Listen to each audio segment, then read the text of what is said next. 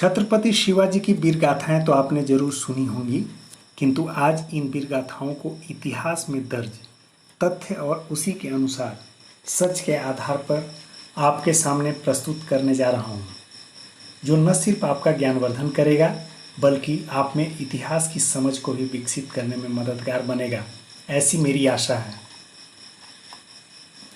सही तथ्यों पर आधारित आपके ज्ञान में परिमार्जन होने की स्थिति आप में अपने संतानों को प्रतियोगी परीक्षाओं की दृष्टि से मददगार बनाने में सहायक होगा। वैसे विद्यार्थी जो खुद प्रतियोगी परीक्षाएं यानी कॉम्पिटिटिव एग्ज़ाम की तैयारी कर रहे हैं, उनके लिए मेरे चैनल का हर एक वीडियो संजीवनी की तरह होगा और आपके स्कोर को औरों से काफ़ी आगे करने में मदद पहुंचाएगा और आपकी सफलता की राहें आसान होंगी, ऐसा मुझे विश्वास है। साथ ही हिस्ट्री जिसे आप एक बोरिंग सब्जेक्ट के रूप में देखते हैं,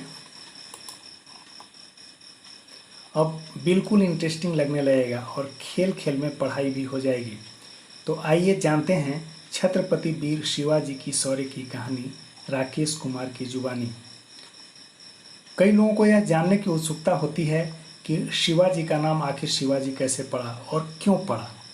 शिवाजी का जन्म 10 अप्रैल 1627 ईस्वी में बीजापुर राज्य के अधीन शिवनेर के किले में हुआ था।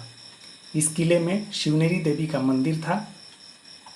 माँ जीजाबाई ने शिवनेरी देवी से पुत्र की मन्नत मांगी थी। इस कारण शिवनेरी देवी की कृपा से प्राप्त पुत्र का नाम शिवाजी रखा गया। जैसा कि आप जानते हैं कि शिवाजी के पिता का नाम शाहजी था और माता का नाम जीजाबाई था। शाहजी की शादी 15 साल की उम्र में सिंदखेड़ के जागीरदार लखू जी यादव की पुत्री जीजाबाई से हुई थी। गौरतलब है कि शाहजी भोसले वंश के थे और जीजाबाई जाधव वंश की थी। यह शादी दो अलग अलग वंशों का मिलन था और इस तरह इन दोनों से उत्पन्न संतान शिवाजी ने भोसले वंश के उत्तराधिकार को आगे बढ़ाया। शिवाजी की पहली शादी 1640 ईस्वी में साई बाई के साथ हुई थी। गौरतलब है कि शिवाजी के पिता शाहजी की शादी 15 साल की उम्र में हुई थी, जबकि शिवाजी की शादी 13 साल के उम्र में ही करा दी गई थी। उस समय के समाज में विवाह कम उम्र में होती थी, लेकिन वर्तमान समाज के अनुसार देखा जाए तो पिता और पुत्र दोनों बाल विवाह के शिकार हुए थे और बहु विवाह के भी। शिवाजी के पिता शाहजी ने अहमदनगर राज्य को मुगल साम्राज्य में मिला लेने के बाद यानी 1634 से 1636 के बीच मुगलों के दक्कन अभियान के दौरान स्वयं को बीजापुर राज्य की सेवा में समर्पित किया था और बीजापुर राज्य के विस्तार के लिए कर्नाटक को जीतने का अभियान चलाया था। जबकि शिवाजी ने दूसरी तरफ अपने पिता शाहजी द्वारा जीते गए क्षेत्रों में सैन्य अभियान चलाकर सिंधवी राज्य की स्थापना की मुहिम शुरू की थी। इस मुहिम के तहत शिवाजी ने विवाह के तीसरे साल यानी 1643 ईस्वी में बीजापुर राज्य से सिंहगढ़ का किला छीन लिया था और शिवाजी ने 1645 ईस्वी में हिंदवी राज्य की स्थापना के लिए कसम खाई थी। इतिहासकारों का कहना है कि शिवाजी ने 1645 में रायरी पहाड़ी पर स्थित रायरेश्वर महादेव मंदिर में दादाजी पंत को साक्षी मानकर 3 कसमें खाई थी। पहली कसम देश की स्वतंत्रता की कसम, दूसरी कसम हिंदवी स्वराज की स्थापना की कसमें खाई थी और तीसरी कसम हिंदू धर्म की रक्षा में तन मन धन लगाने की थी। महादेव की सौगंध के बाद शिवाजी ने मराठा साम्राज्य की स्थापना और उसके विस्तार के लिए सघन सैन्य अभियान शुरू किया। साल 1646 तोरण और मुरुमगढ़ का किला बीजापुर के आदिलशाही राज्य को हराकर जीता। साल 1647 चाकन को जीता। साल 1648 कोंडाना का किला बीजापुर के आदिलशाही वंश से जीत लिया, किंतु यहाँ एक पेंच फंस गया। बीजापुर सुल्तान ने उनके पिता शाहजी को बंधक बना लिया और कोंडाना का किला छोड़ने का दबाव शिवाजी पर बनाया। शिवाजी ने दादाजी पंत की सलाह पर कोंडाना के किले को अपने कब्जे से मुक्त कर दिया और इसके एवज में बीजापुर के सुल्तान ने साल 1649 में शिवाजी के पिता शाहजी को कैद से मुक्त कर दिया। इसके बाद फिर शाहजी बीजापुर राज्य के विस्तार के लिए अपने सैन्य अभियान में मशगूल हो गए। शिवाजी अपने हिंदवी स्वराज्य की स्थापना और विस्तार के लिए सघन सैन्य अभियान चलाने में साल 1654 शिवाजी ने पुरंदर का किला जीता। जैसा कि आप जानते हैं कि वैदिक काल में इंद्र को पुरंदर कहा जाता था, क्योंकि इंद्र को किले जीतने वाला माना जाता था। पुरंदर के किले का ऐतिहासिक महत्व काफ़ी है, क्योंकि पुरंदर के किले जीतने के ठीक 10वें साल बाद शिवाजी द्वारा सूरत को लूटा गया था और इसके अगले साल यानी 1665 में राजा जय सिंह और शिवाजी के मध्य पुरंदर की संधि हुई थी। साल 1657 पहली दफ़ा शिवाजी का मुकाबला मुगल राज्य से हुआ। शिवाजी ने बीजापुर राज्य के क्षेत्रों को जीतने के बाद अहमदनगर की ओर अपने सैन्य अभियान का रुख किया, लेकिन अहमदनगर राज्य को मुगल राज में 1634 से 1636 के बीच के काल में दक्कन सैन्य अभियान के तहत मिलाया जा चुका था। इधर औरंगजेब की मुगल शासक के रूप में ताजपोशी हुई थी और उधर शिवाजी उसी के राज्य क्षेत्र अहमदनगर और जुनार के किले पर आक्रमण कर मुगल सत्ता को चुनौती पेश कर रहे थे, लेकिन मुगल सेना के दबाव में शिवाजी को पीछे हटना पड़ा। साल 1657 अहमदनगर के क्षेत्र से पीछे हटने के बाद शिवाजी ने कोंकण के क्षेत्र में सैन्य अभियान चलाया और कोंकण के क्षेत्र में कल्याण, भिवंडी और माहुली के किले पर अधिकार कर लिया।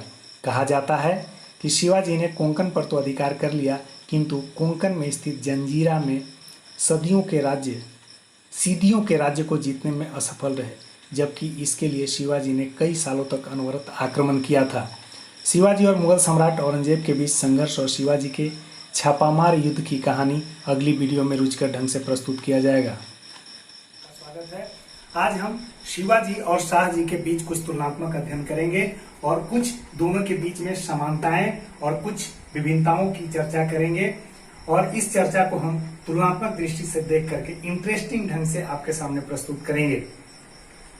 जैसा कि आपको पता है कि शिवाजी ने पूरी तरह से एक हिंदवी साम्राज्य की स्थापना के लिए काम किया और जो मुसलमान शासक थे उनके राज्य क्षेत्रों को छीन करके एक स्वतंत्र राज्य की स्थापना की, जिसे मराठा राज्य के रूप में जाना गया। लेकिन उनके पिता शाहजी थे शक्तिशाली, लेकिन उनकी जो शौर्य की गाथाएं थी वह दूसरे राज्यों के लिए थी और इस स्तर पे उनकी शौर्य की कहानियों के माध्यम से या अपने पराक्रम के आधार पर दूसरे राजाओं के लिए, जैसे मुगल साम्राज्य के लिए कुछ जीता, बीजापुर और अहमदनगर साम्राज्य के लिए काम किया, उसमें अपनी सेवाएं समर्पित की। उस दौरान जो उन्हें कुछ क्षेत्र प्राप्त हुआ तो अधिकतम इन्हें जो उपलब्धि हासिल हुई वह एक जागीरदार के रूप में और बंगलोर के अधीनस्थ राजा के रूप में इन्हें विशेष उपलब्धि हासिल हुई। इसके अलावे इन्होंने जो भी अपना पराक्रम किया वह जो है मुसलमान शासकों के अंतर्गत उसके राज्य क्षेत्र के विस्तार में किया। लेकिन शिवाजी की खास बात यह थी कि इन्होंने जो अपनी पराक्रम और वीरता की जो कहानी गढ़ी, उसमें स्वतंत्र हिंदू साम्राज्य की स्थापना, जिसे मराठा साम्राज्य भी कहते हैं, के लिए अथक प्रयास किया और मरते दम तक उन्होंने जो है हिंदू धर्म की स्थापना और मराठा साम्राज्य की स्थापना के लिए काम किया। अगर हम चीजों को देखें तो सबसे पहले शाहजी के जन्म की बात करें तो 1590 ईस्वी में हुआ था और इनकी मृत्यु 1664 ईस्वी में हुई थी। इनकी शादी 1605 में हुई थी। अगर हम शिवाजी के जन्म की बात करें तो इनका जन्म जो है अप्रैल 1627 में और मृत्यु भी अप्रैल 1680 में, यानी अप्रैल महीना में जन्म भी और अप्रैल महीना में मृत्यु भी हुई थी। 1627 और 1680 काल में ही अंतर है, साल में अंतर है, लेकिन महीने में कोई अंतर नहीं है। आप जैसा कि डायग्राम से देख रहे हैं कि इनकी शादी, शाहजी की शादी जो है 1605 ईस्वी में हुई थी और जीजाबाई के साथ हुई थी, यानी 15 साल में इनका शादी संपन्न हुआ, विवाह संपन्न हुआ। जबकि शिवाजी का जन्म 1627 ईस्वी में हुआ और इनकी शादी जो है 1640 ईस्वी में हुई थी, यानी 13 वर्ष की आयु में इनकी शादी हुई थी। इस तरह से दोनों शाहजी और शिवाजी उस समाज के हिसाब से तो नहीं, लेकिन अब अभी के समाज के हिसाब से बाल विवाह के शिकार हुए थे। शाहजी ने 2 शादियां की थी।